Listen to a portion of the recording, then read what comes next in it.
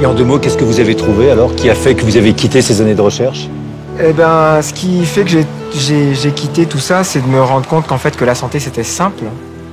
C'est subtil, et comme toutes les choses subtiles, ben, il y a une petite part de complexité, mais la complexité c'est une incrémentation de simplicité.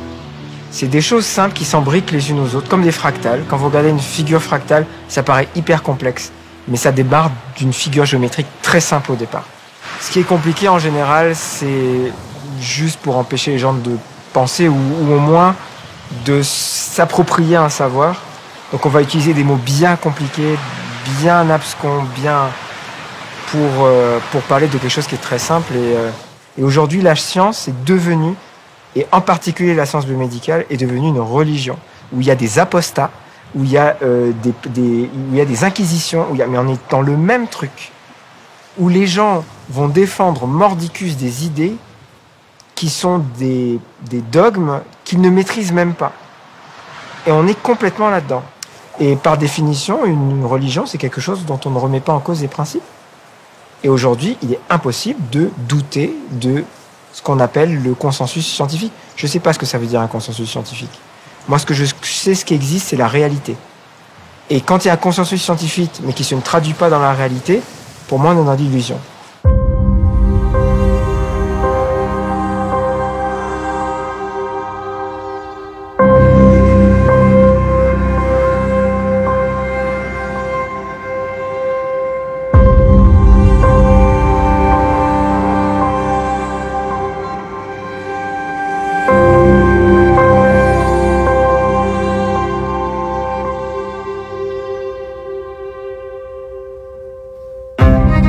C'est un fait social total, ce qu'on est en train de vivre. C'est, moi, je pourrais peut-être choquer votre caméra si je dis ça, mais pour moi, on est dans la 3e guerre mondiale. On est dans la 3e guerre mondiale, mais c'est une guerre de classe. C'est une guerre de classe que les plus riches mènent contre les pauvres de la planète. Et dans cette guerre de classe, comme les nazis allemands l'ont fait pendant la 2e, il y a un holocauste qui va éliminer certainement la partie la plus pauvre de l'humanité, c'est-à-dire 3,5 milliards d'êtres humains, dont les riches n'ont plus besoin pour assurer leur survie sur la planète. Parce qu'avec l'intelligence artificielle, avec les robots, honnêtement, ils n'ont pas besoin de toutes ces bouches qui ont soif et qui ont faim, à un moment où ils ont pillé la nature, où la nature est foutue. J'ai l'impression que les banquiers centraux se sont lancés dans une réinitialisation du système financier. Et le système financier n'est qu'une petite partie du système de gouvernance. Et ce qui est intéressant dans ce qu'ils essaient de faire, c'est qu'ils ont littéralement jeté la planète entière dans ce que j'appellerais une salle d'expérimentation. Michel Rosenweg, l'avenir, vous le voyez comment? Je sais pas, franchement, quand je me suis rendu compte qu'en sortant de chez moi, je me faisais accoster par un flic qui me demandait de mettre le masque et que je devais mettre mes coordonnées pour aller boire un verre, etc. Je me suis dit, il y a quelque chose qui se passe. Et je me suis dit, je suis le canari dans la mine. Qu'est-ce que c'est que cette histoire de fou? Alors que pendant l'épidémie, pas de masque, machin, donc, ça ne va pas, il y a une inconnaissance. Bon, si on nous impose ça alors qu'il n'y a pas lieu, qu'est-ce que ce sera si demain il y a une nouvelle épidémie, s'il y a un autre virus, ce sera pire encore. Donc ceci me fait penser qu'en fait, on ne va pas en sortir. Et que l'opportunisme politique utilise la peur pour gouverner parce que ça arrange très bien les pouvoirs en place. Ils essaient de mettre fin aux devises et de proposer un système financier totalement contrôlé et intégré à la technologie numérique, ce que je qualifierais d'esclavage. Et donc vous savez, c'est un défi marketing unique. Comment commercialisez-vous le transhumanisme, la technocratie et l'esclavage mondial? C'est très difficile.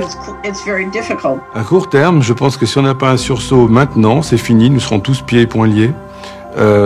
Ceux qui n'ont pas vu, comme je l'ai dit, que la dictature au niveau mondial était en train d'avancer à grands pas, n'ont encore rien vu et je ne sais pas ce qu'ils pourront dire à leurs enfants, s'ils en ont. de ne pas s'être battu pendant que les choses étaient encore malléables et qu'on pouvait encore éventuellement résister. La tactique numéro 1 est de retourner les gens les uns contre les autres, les hommes contre les femmes, les générations les unes contre les autres. C'est le principal facteur de division pour vaincre. Et nous avons le pouvoir de changer cela, parce que le ciment qui crée la civilisation est l'amour. L'amour d'une femme pour un enfant, l'amour d'un homme pour une femme, tous ces différents amours. Alors que je boucle mon enquête au pied levé, je découvre une lettre du 25 octobre écrite par l'un des représentants du plus grand gouvernement mondial qu'est le Vatican et dont on connaît l'influence diplomatique. La lettre est signée par l'ancien ambassadeur du Vatican aux États-Unis. Ses propos me glacent. Le président Trump comme ultime recours face à une élite mondialiste qui agit dans l'ombre. Il est temps que je m'arrête. Je vous écris au milieu du silence des autorités civiles et religieuses. Un plan global appelé Great Reset est en cours. Son architecte est une élite mondiale qui veut soumettre toute l'humanité. Derrière les dirigeants du monde, qui sont complices, et les exécuteurs de ce projet infernal, il y a des personnes sans scrupules qui financent le Forum économique et mondial et l'événement 201, faisant la promotion de leur agenda. Monsieur le Président, j'imagine que vous savez déjà que dans certains pays, la grande réinitialisation sera activée entre la fin de cette année et le premier trimestre 2021. Elle est vouée à l'échec car ceux qui l'ont planifiée ne comprennent pas qu'il y a encore des gens prêts à descendre dans la rue pour défendre leurs droits et protéger leurs proches. Donc je suis profiler, net profiler, chercheur en comportement des cybercriminels. J'ai développé des théories scientifiques et divulgué 5 qui sont étudiées dans pas mal de pays du monde entier. C'est vrai que je suis connue pour la particularité de savoir faire des profils sur image. Donc je montre la photo, je ne sais pas qui c'est. Je ne connais pas son nom parce que je suis pas très média, je suis désolée. Je m'instruis autrement que par les médias mainstream. Donc peut-être qu'il est passé à la télé, tant pis pour lui. C'est une personne qui est extrêmement fausse. Et ça se voit au niveau des commissures de lèvres et au niveau de son regard, au niveau des yeux. C'est une personne qui est très fausse et très secrète également. On le voit également à ce niveau-là. Au niveau de certains traits ici, on appelle ça des signes dans notre métier. Scrutateur, il a un côté très méfiant, il fait attention à c'est quelqu'un qui est dans une espèce de self-control. Il fait attention à ce qu'il dit, à ce qu'il va faire, qu'il voit, à qui il peut parler, etc., etc. Donc une personne qui n'a pas vraiment de confiance, mais qui n'est pas non plus trop confiante en elle.